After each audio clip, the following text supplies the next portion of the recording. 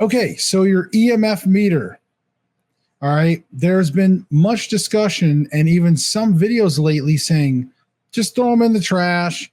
There's no reason to measure EMF anymore. Okay. And so I just want to say don't throw them out yet. Okay. Now, you don't have to take my word for it. Again, this is a controversial subject, but everybody loves EMF meters. Okay. And I do. I like them.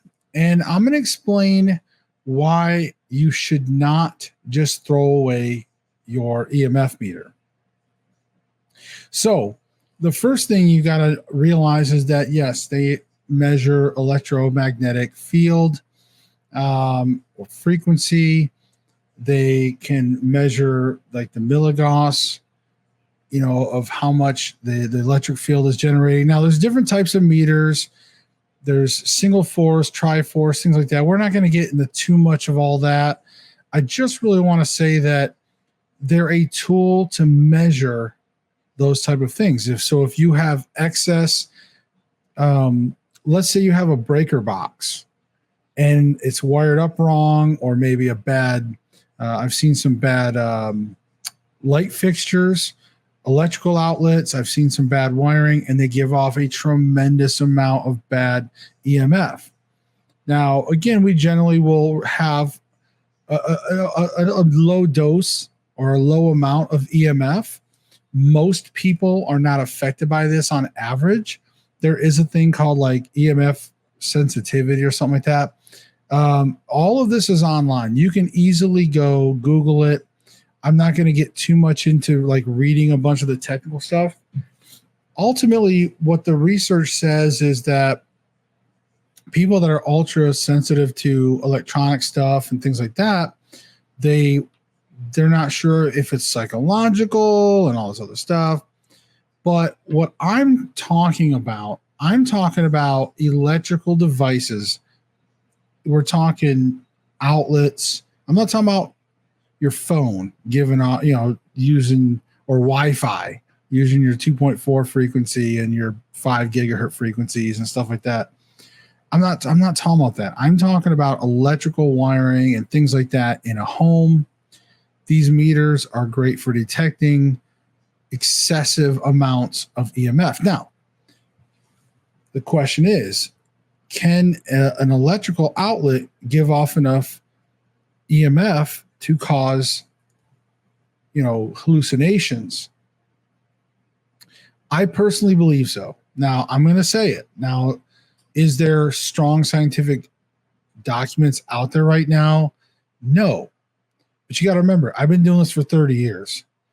And now, one of the confusions that seems to be is it seems that people get confused by EMF when it means, like, if you go into a house and you get EMF, well, first of all, a lot of people think these are ghost meters.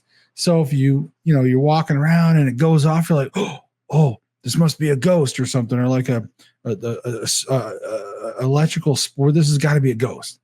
They're not ghost meters. Okay, they're not ghost meters. Okay, let's just put that out there. Okay. Now, again, we're going to go over how to use this tool. But right now, like I said, you're going to walk around, and that's what most people do. They walk around, but also that misconception I'm getting to, they feel like that the EMFs, or when they go into a house and like when 3 out of 4 people experience a certain feeling and maybe they see something in the corner of their eyes or feel like something's there, that correlates with EMF. And that's not true. So don't think that just because your meter, maybe it's picking up some EMF and you have a weird feeling about something, but then you do the research and they say, well, you're probably not affected by EMF. Well, chances are you probably weren't being affected by EMF, but it doesn't mean that the EMF wasn't telling you something. But what you're feeling, there could be other environmental conditions. One thing that's not talked about a lot or enough, and it used to be talked about by some of the old school investigators, even back when I was investigating like 30 years ago, was ions. You know, negative ions are good for us in that sense. If like a waterfall, for example, gives off negative ions. I know when you hear the word negative, but it's kind of in the world of ions, the positive ones are the ones that actually hurt you. But if you're like at a waterfall and there's a bunch of like negative ions that come off that, that's why a lot of times people will go to nature and go to a waterfall and it'll make them feel good. Now, negative ions can occur in indoor pollution and things like that. And, you know, sometimes with air conditioning, like really closed in spaces, maybe really not good ventilated houses and things like that, or air circulation, things like that. So you may have that situation as well, and you can be affected by positive ions and can cause hallucinations and stuff. But again, we're talking paranormal investigations, right? So you could be affected by a ghost, right? It doesn't have to attribute to a specific field. We're always trying to gather evidence. We're always trying to gather data to find out what exactly that field is, right? So again, that's why I wanted to kind of get into that. So you got to remember, on most of all your devices, you have the original purpose, what it's designed to do. Okay, any device you get, there's an original purpose. Now, these purposes will break down into what I call like almost like 4 categories. One is probably one of the most important is it's going to collect some type of info. Okay, whether it's a level of something, a measurement, or even like a distance type of thing. It's going to collect some type of data for you, maybe even audio. Maybe it's an audio recorder. It's collecting audio data. Maybe something's collecting visual data, thermal data, infrared, you know, full spectrum, whatever it is, it's gathering data. Another function that and it's also kind of going along with the data, is that you can use this data to debunk things. Okay. It does, you know, you can look at some of this stuff and say, hey, this is what it's not, or there's nothing here, or we're not getting anything. Maybe you're experiencing some paranormal, but you're not getting A, B, C, D, and E, and maybe you're getting some EMF, you know, and you rule out a bunch of things, except maybe you do have a few hits on a few different things, temperature, or, you know, whatever. This is just part of how you start to deduce things or try to line things up. So the third thing is a lot of these devices, not all of them, but there's a lot of these devices that can be used as a communication device. So again, even if you don't want to go throw out your meter, you know, you still can use this as a communication device. You can turn this on, you can set it down, you can ask for spirits to come and touch it, and you may get a response. And if you're able to get quite a few intelligent or seems to be responses without doing anything, that's great. I've seen it happen over the years. I've seen it happen in the middle of the woods. Even on my Blue Mist Road special I did with Phil, we were out in the middle of the woods and Phil broke out his K2 meter and we were starting to get responses. Okay. He wasn't doing anything. I was standing there. I wasn't, you know, manipulating anything. It's just, it was awesome. But then you may only get it for that little bit out in the middle of nowhere and then it goes away. So how do you explain it? You know? So again, don't just throw away your meter because you think it's not serving much purpose, because from what I understand from some people that were saying that, they just felt like EMF was causing the hallucinations, but then according to the scientific studies, you really aren't going to get that, blah, blah, blah. Now, but there's more to it. Hold on to your meters. Use them. Now, here's another way that I have used this meter, and And also one of my good friends, some of you all may remember Bob. Now Bob was, of course, the head guy, spectral tech there. He used to be by the book. And Bob, one thing he told me one time, he told me about a case study that he had, and I believe him. And I've also had some similar things happen over the years too. So he had a couple, and they weren't attention seekers. They weren't, they really didn't want people to think they were crazy. They were having paranormal experiences. So Bob went in there and he did a baseline reading. He went around and he swept the house with a EMF meter. And one thing he discovered, interesting enough, is that right where the couple lays down at night, where their pillows are, or their head lays, was extremely high EMF. And he found out the bed was pushed up against the wall where there was this bad wiring in the wall.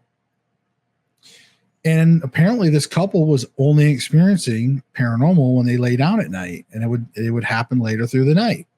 So you can sit there and tell me that EMF doesn't cause problems when cases like that happen, because that tells me right there, yes, EMF can cause these problems. This couple didn't want to be haunted. They weren't looking for attention. And when Bob suggested to move the bed to another wall until they can get the outlet fixed, their paranormal went away. Now, in that case, again, those were caused from that high electromagnetic field, and that was just a lot of electrical coming in that area. Okay. They weren't sleeping with their head next to the router or something. Okay. It was nothing light. This was heavy. So in this case, which this is going to bring me up to my fourth category of the use of a device. Sometimes a device like this could potentially be a placebo effect. Okay. And what I mean by that is, let's just take that case that Bob did in that couple with the EMF. Even if the EMF was not affecting them and somehow it was psychological, then by Bob exposing that bad wiring, making that move, the couple did all that, and you can just say, hey, psychological. It went away. It solved the case, all because Bob had an EMF meter and he didn't throw it away. Okay, so that's why I say a placebo effect could potentially be the fourth use of a device. Okay, because again, sometimes those things can have that effect. Okay, and make people feel better sometimes, even if it may not be true, if we can't scientifically prove it. All right, in the world of paranormal, we know scientific evidence is very short. Okay, now it's also good to know your meters. This one here, if you look at this meter, this in particular, this is on an authentic K2 meter. You really want to get that. This is the generic. This is the China version. You can see the difference. Good. This is the real one. Half cost. Okay. All right. Now, you can also get your something like this, which is electromagnetic field and radiation. So it's electromagnetic, it's an electric field and electric radiation. Okay, you can see there's actually two measurements on there. So you can see we're just we were picking up a little bit of a magnetic field, But this is another great little device. Again, this helps you if when you have a couple devices during investigations, you can kind of cross-validate. And of course, you can also get the fancy. All right, you want to get like a fancy, cool-looking one. You can also get the fancy one. It's not going to give you, and yes, there is a gauge on the back, so you kind of know where you're at with the levels, but this is just going to give you indications, right? It's going to give you indications that you're seeing some field. When it's really lighting up, this will also make a light noise. And when it really lights up, that's when you're going to want to probably break out your other stuff, get some solid readings. So I just wanted to be able to kind of go over with you guys a little bit of why not to throw away your EMF devices, and really what's some good use that you still can do. Again, communication is a great one. You can still use them, and they light up to help show the communication really well.